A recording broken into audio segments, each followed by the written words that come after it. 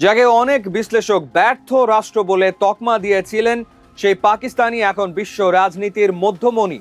ভাবুন তো, যে দুই দেশের মধ্যে সরাসরি কোনো কূটনৈতিক সম্পর্ক নেই, সেই যুক্তরাষ্ট্র ও ইরানকে এক টেবিলে আনা কি সম্ভব?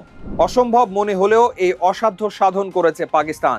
গত 28শে ফেব্রুয়ারি শুরু হওয়া এক ভয়াবহ সংঘাতের পর ওয়াশিংটন ও তেহরানের মধ্যে 2 সপ্তাহের যুদ্ধবিরতি অর্জনে মূল ভূমিকা পালন করেছে ইসলামাবাদ। কিভাবে পাকিস্তান এই কূটনৈতিক ম্যাজিক দেখালো? কেন হোয়াইট হাউস থেকে ক্রেমলিন সবাই এখন পাকিস্তানের প্রশংসায় পঞ্চমুখ? যুক্তরাষ্ট্র ও ইরানের মধ্যে সরাসরি কথা বলার কোনো মাধ্যম নেই, কিন্তু ওয়াশিংটনে ইরানের স্বার্থ রক্ষাকারী দেশ হিসেবে দীর্ঘকাল ধরেই কাজ করছে পাকিস্তান। এই বিরল অবস্থানকে কাজে লাগিয়ে সংঘাত শুরু হওয়ার পর থেকেই ইসলামাবাদ দ্রুত পদক্ষেপ নেয়। একদিকে হোয়াইট হাউসের আস্থা, অন্যদিকে ইরানের ওপর প্রভাব রাখা চীনের সমর্থন, সব মিলিয়ে পাকিস্তান নিজেকে একটি শক্তিশালী সেতু হিসেবে প্রতিষ্ঠা করে। বিখ্যাত বিশ্লেষক মাইকেল কুগেলম্যানের মতে, পাকিস্তান এমন এক উচ্চ ঝুঁকিপূর্ণ কাজ সম্পন্ন করেছে যা অনেক বড় রাষ্ট্র কল্পনা করতে পারেনি।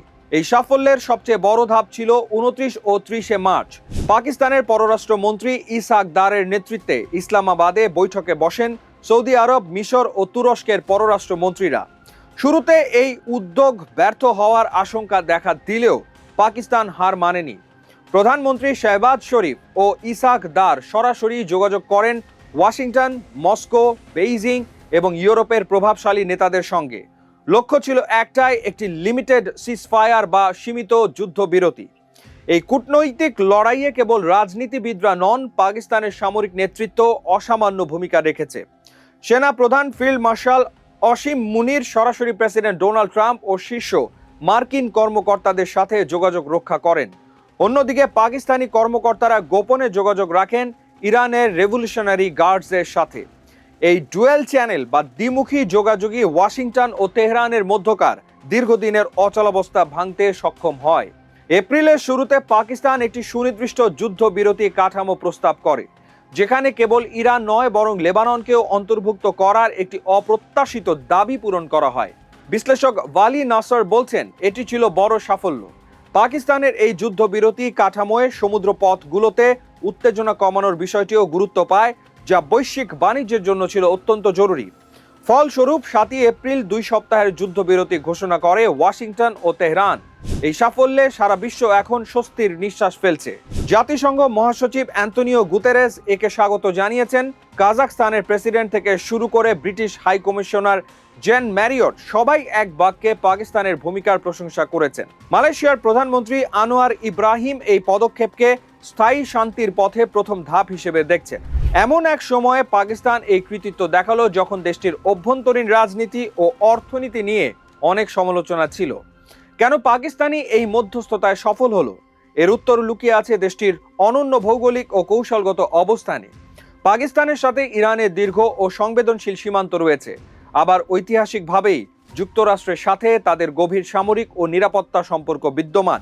এই দ্বিমুখী সম্পর্কের কারণেই ইসলামাবাদ এমন একটি প্ল্যাটফর্ম তৈরি করতে পেরেছে যা বেইজিং বা মস্কোর মতো দেশগুলো চাইলেও সহজে পারত না। হোয়াইট হাউসের জন্য পাকিস্তান ছিল এমন এক বিশ্বস্ত মিত্র যারা তেহরানের সরাসরি বার্তা পৌঁছে দিতে সক্ষম। এই আস্থার কূটনীতি প্রমাণ করেছে যে আঞ্চলিক শক্তিতে পাকিস্তানের প্রভাব আজও অস্বীকার করার উপায় নেই। এই যুদ্ধবিরতি কেবল রাজনৈতিক জয় নয়, বরং এটি বৈশ্বিক অর্থনীতির জন্য বড় এক লাইফলাইন। পাকিস্তানের প্রস্তাবিত যুদ্ধবিরতি কাঠামোতে হরমুজ প্রণালী সহ গুরুত্বপূর্ণ সমুদ্রপথগুলোতে উত্তেজনা কমানোর বিষয়টি ছিল মূল শর্ত। এই সংঘাত দীর্ঘায়িত হলে বিশ্বজুড়ে জ্বালানি তেলের দাম আকাশচুম্বী হওয়ার এবং বৈশ্বিক সরবরাহ চেইন ভেঙে পড়ার চরম ঝুঁকি ছিল। পাকিস্তানের এই সফল মধ্যস্থতার ফলে বিশ্ববাজারে জ্বালানি তেলের দাম স্থিতিশীল হতে শুরু করেছে, যা কাজাখস্তান ও মালয়েশিয়ার মতো বাণিজ্যিক দেশগুলোকে বড় স্বস্তি দিয়েছে। মূলত একটি ধ্বংসযজ্ঞের প্রান্ত থেকে বিশ্ব বাণিজ্যকে টেনে তুলে পাকিস্তান তার কূটনৈতিক পরিপক্কতারই পরিচয় দিয়েছে। আগামী 10 এপ্রিল ইসলামাবাদে আবারও আলোচনা শুরু হওয়ার কথা। সেখানে কি মিলবে স্থায়ী সমাধান, তা সময় বলে দেবে। তবে এই যুদ্ধবিরতি প্রমাণ করেছে পর্দার আড়ালে থেকে সঠিক কূটনৈতিক প্রচেষ্টা কিভাবে বিশ্বযুদ্ধের মোড় ঘুরিয়ে দিতে পারে। পাকিস্তানের এই কামব্যাক কি দক্ষিণ এশিয়ার রাজনীতিতে তাদের প্রভাব আরও বাড়াবে? আপনার কি মনে হয় আমাদের কমেন্টে জানান।